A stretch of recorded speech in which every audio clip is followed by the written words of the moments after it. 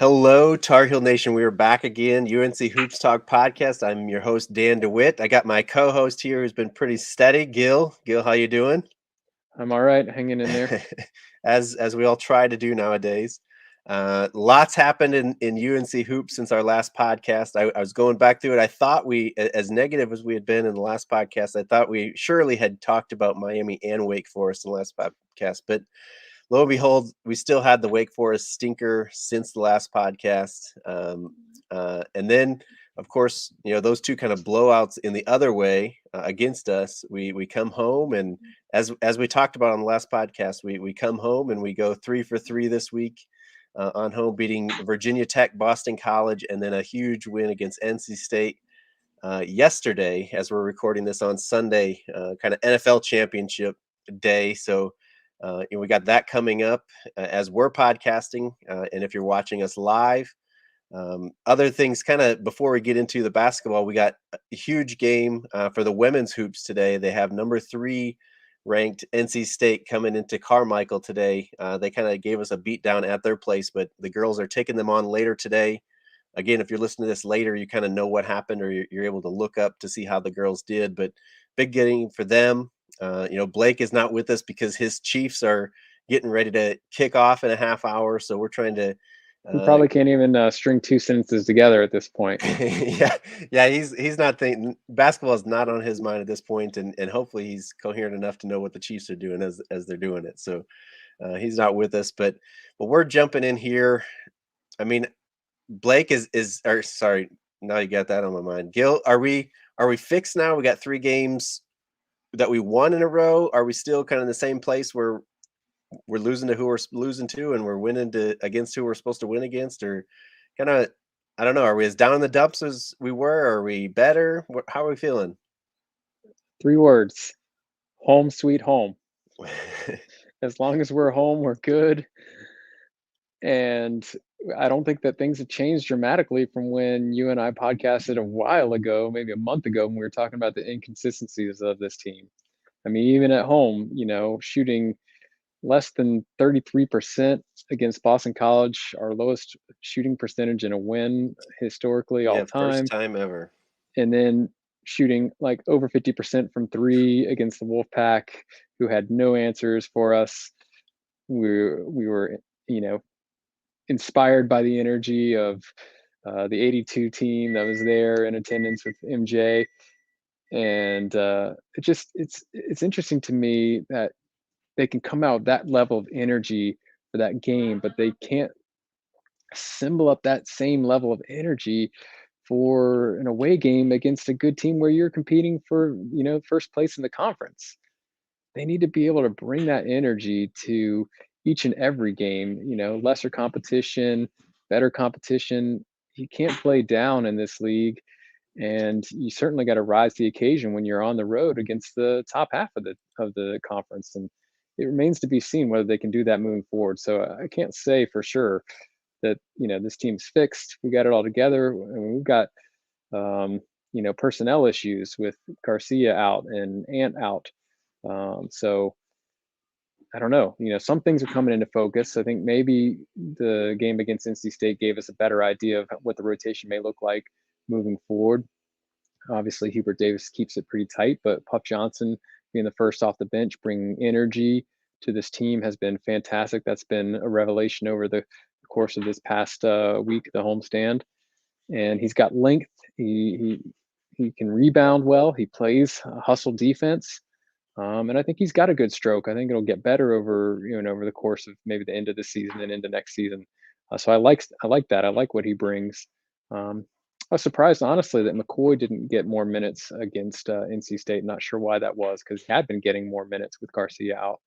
So we're a little thin in the front court, to be honest with you, and that's concerning, particularly if Baycott suffers any kind of injury, which we don't know why he was having a few days where he couldn't seem to put the ball in the basket from close range. But certainly, if he gets in foul trouble in a game, that could be a big problem. But the guards have been a little bit more steady. They play better in front of the home crowd. RJ Davis really, I think, set the tone in a lot of ways with the tempo and the pace against NC State.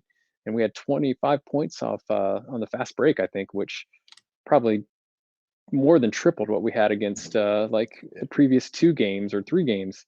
So yeah, I don't know. It's just really tough to figure out what this team is capable of and what they're, I think on any given night they could be capable of beating someone like Duke, but they could also be capable of, obviously losing to a middling team in the conference.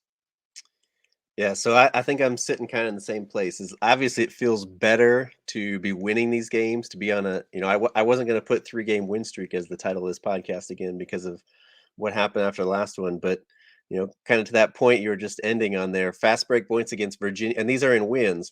Against Virginia Tech, we had 6 fast break points, 12 of them off, or 12 points off turnovers, which isn't horrible there. We had 4 fast break points against Boston College, 6 points off turnovers against Boston College. And then yesterday against NC State, we had 25 fast break points, 18 points off of turnovers. So some of that I think is the style that NC State plays compared to those other teams. They're good out pressuring, and so if we break the press, there's some easy buckets to be had. It's kind of in transition, that kind of stuff. Plus, again, another point you were making is we were just shooting the heck out of the ball. I mean, how many threes in the first half? It was unreal. I didn't see that we had broken any records for a half or anything like that. But for the game, we were 10 for 15 in the first half. We were 15 for 27 for the game from three, 56%. I mean, when's the last time we've shot 56% from the 3-point line? So, that's crazy. But again, Speaking of 56, there's a number there. There's 3 times since 2017 we scored 56 points in the first half against NC State. yeah, well, I think total 3 times we've ever done it, and all 3 of them against NC State. So, again, you know, it makes us feel better, I think, to win. Obviously it's better to win. It makes it feel better, but in the same sense, I don't think, yeah, like you said, we're anywhere else.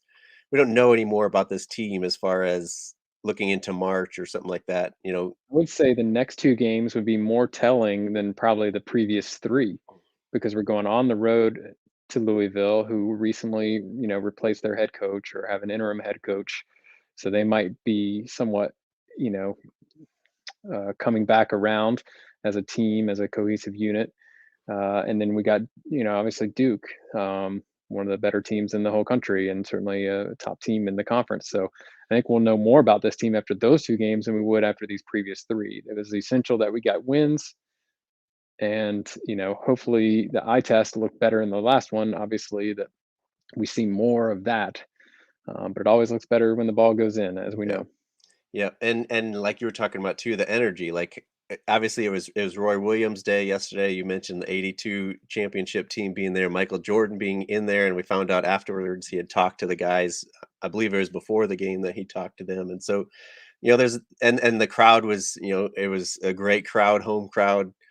Always helps, but yeah, now that we go to Louisville. To me, that's a game we should win. We've kind of said this all year, but Notre Dame was a game we should have won. You know, I Yeah, don't know can that this we can team say learn at from this those point. mistakes? Yeah, I don't know that we can say Miami and Wake we should have won, but it shows how we were playing on the road. So like you said, can we learn from it? Can we go on the road now and get a win against a team that we should beat, whose coach was just paid $5 million not to coach them? And, I mentioned you guys too. It was funny how he steps away as he has Duke come in this weekend, and then North Carolina come in on Tuesday. But you know, yeah, the turmoil, and they played pretty well against Duke. I think they ended up losing by 10, but they were kind of always there. I I think don't it know was that the tied, yeah, late in the game. yeah, I don't know if people thought the threat was there, but I mean they competed against them. So Yeah. again, that energy is there. Can we take the energy now that we have built up and that we have at home? Can we figure out a way to bring that on the road with us? Yeah, that's Um, my point is you can't overlook them. You have to show up for these games. You can't just walk in and say, "Okay, we're the better team. Give us the W." We got to play with that same level of energy, and it needs to start at the beginning of the game because we've seen with this team certain players that it just if they don't get it going early on, they almost never seem to get out of, yeah, second or third gear, at best. yeah, yeah. As So I they got say, to come yeah, out racing.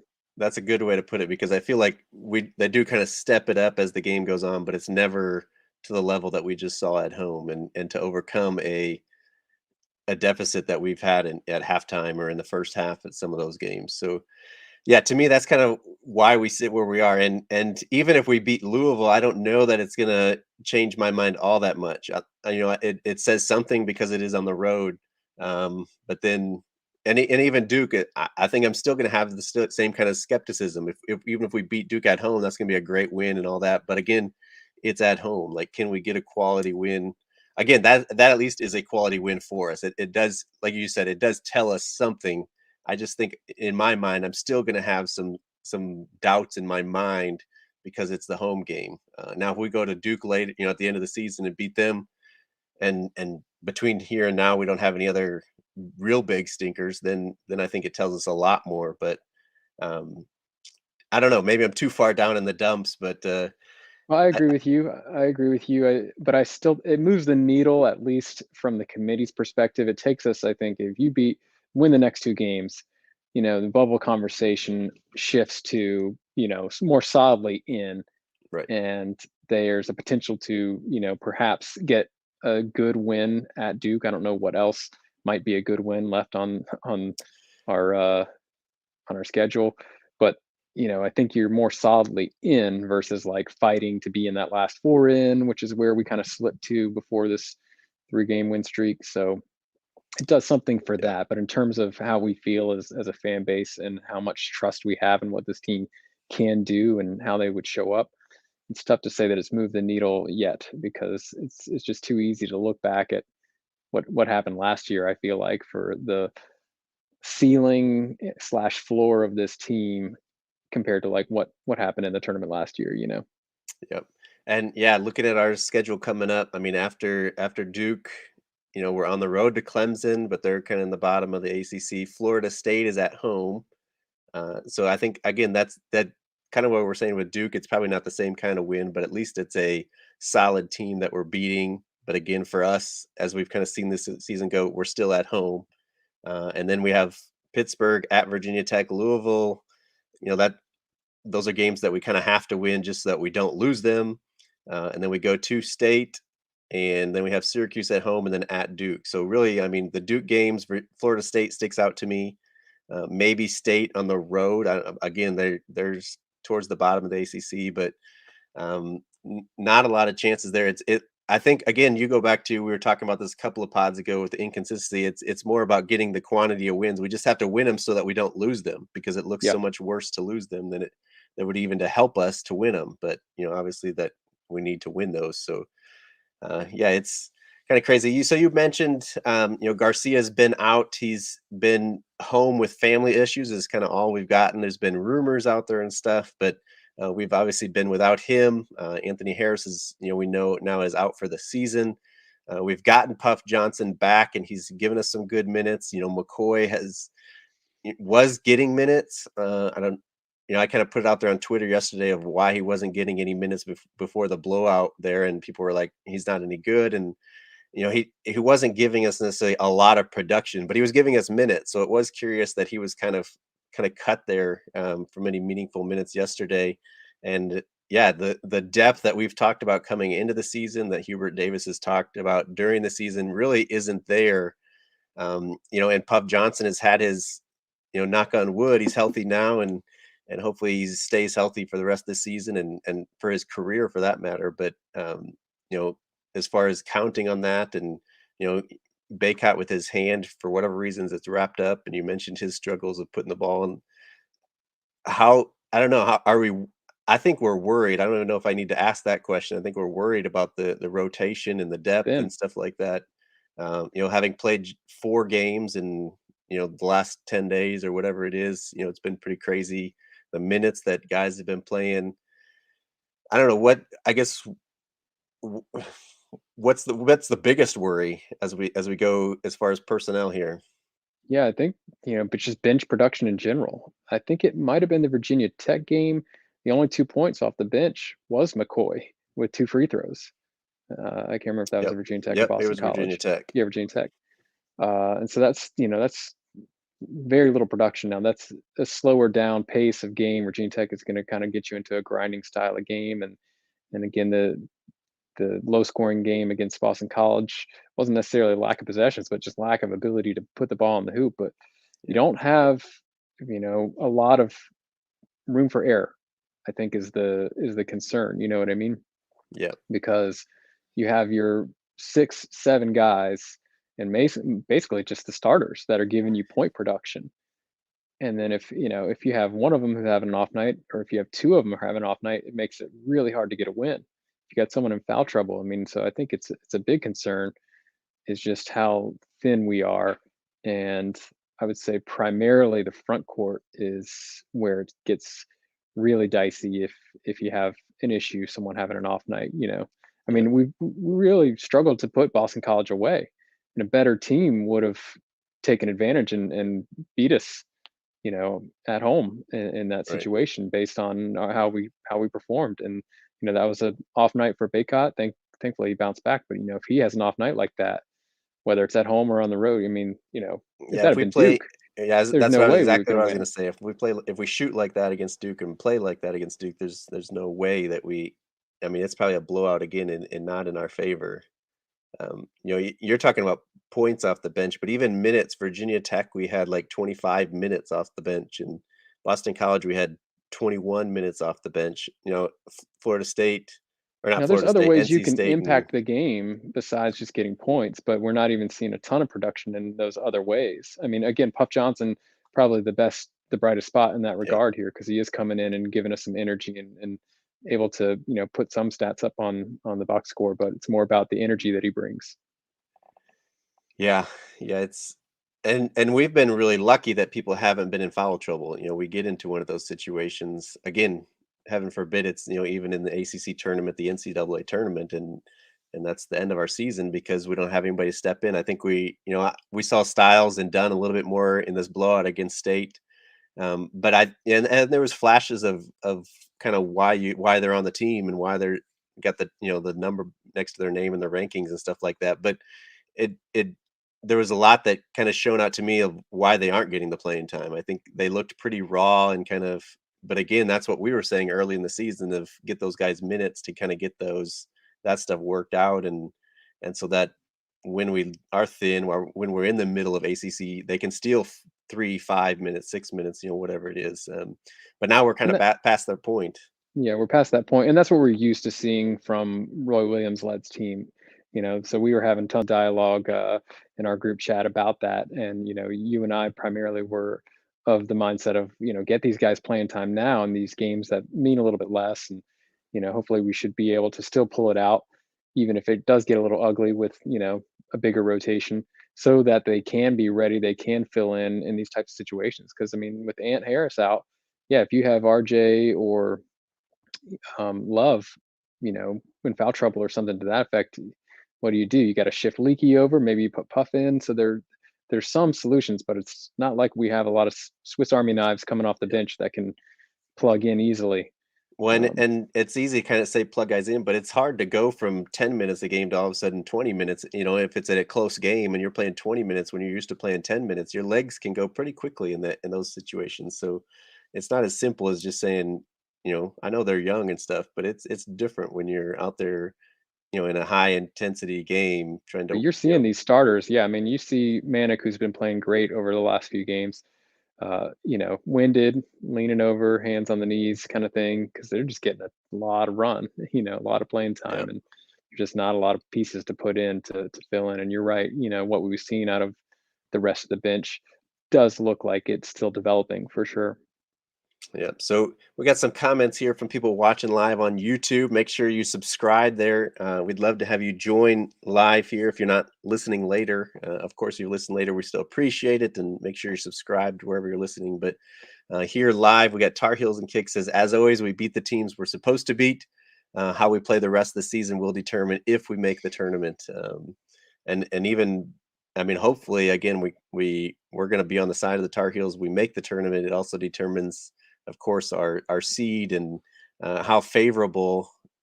Right now we're not playing well away from the Dean Dome, so we need to get favorable matchups if we're not going to play well away from home. So John B is pretty excited that we got biscuits along with you, Gil, and he says we need to send Coach K out with a L on his last ACC regular season game.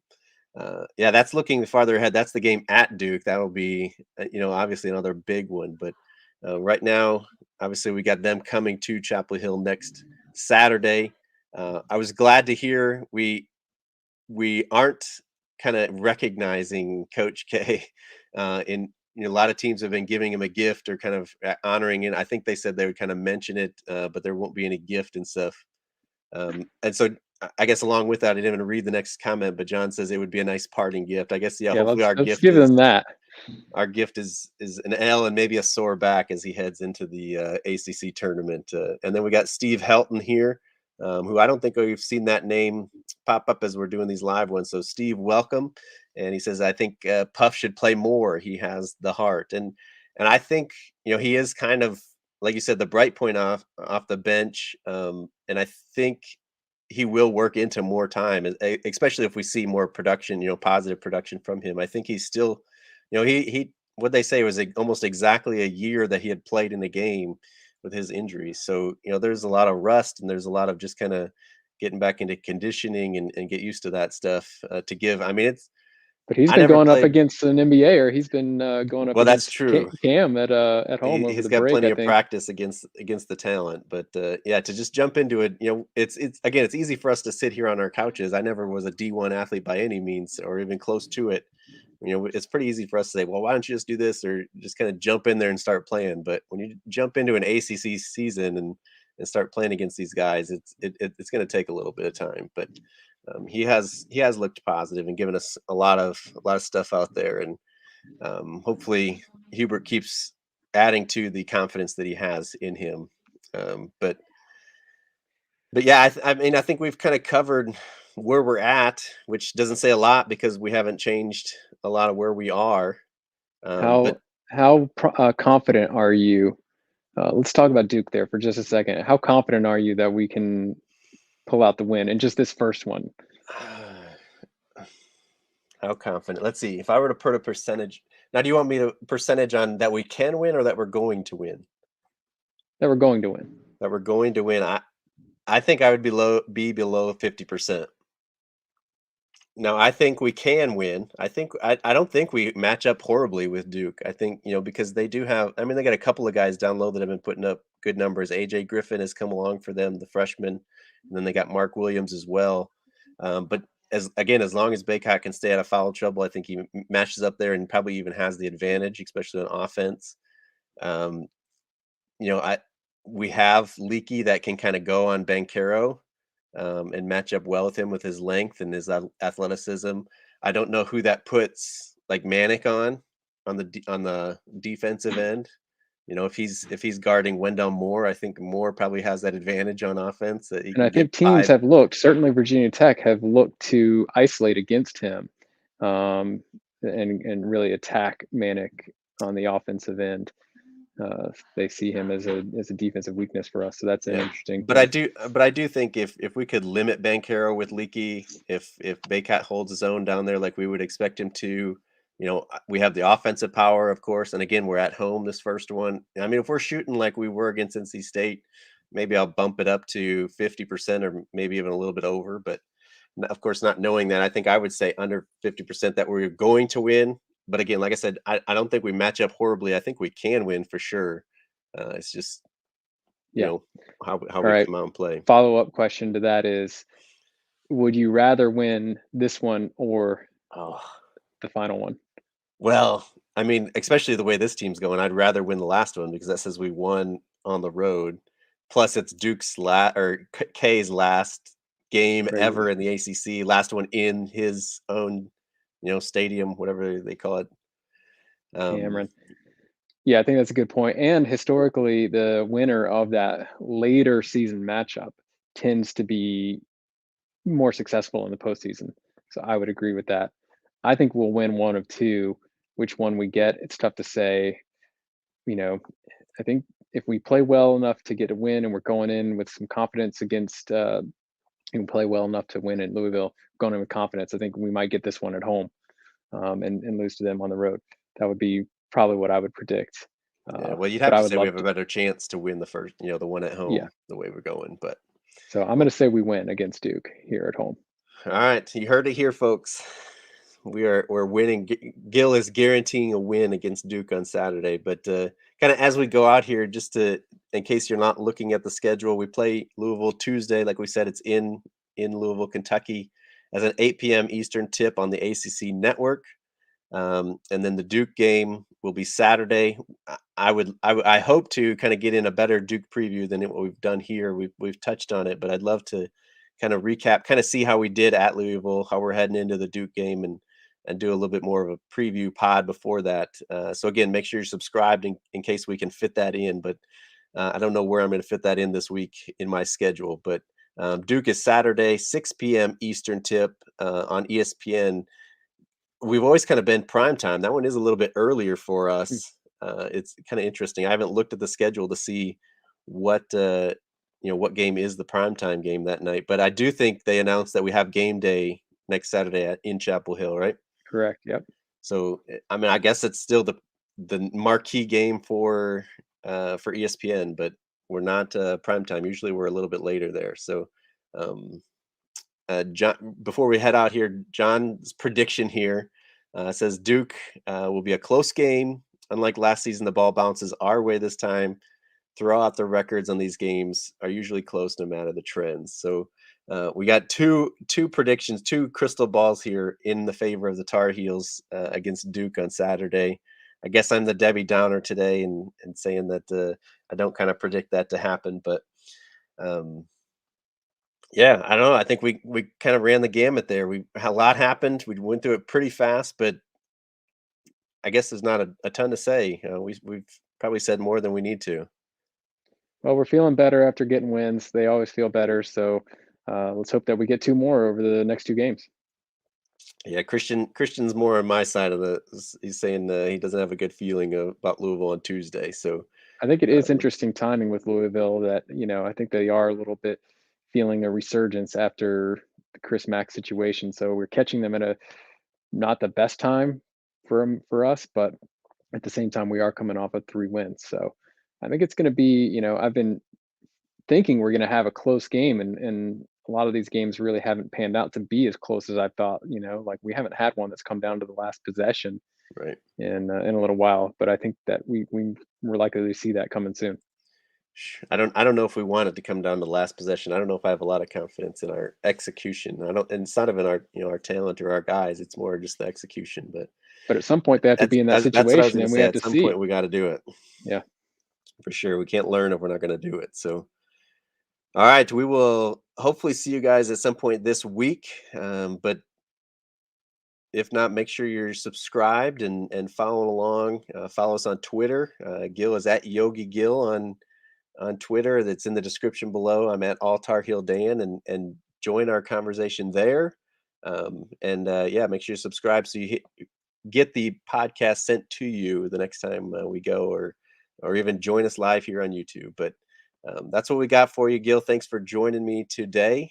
I guess for Blake's sake, we'll say go Chiefs. But more importantly, let's go Heels. Go Heels.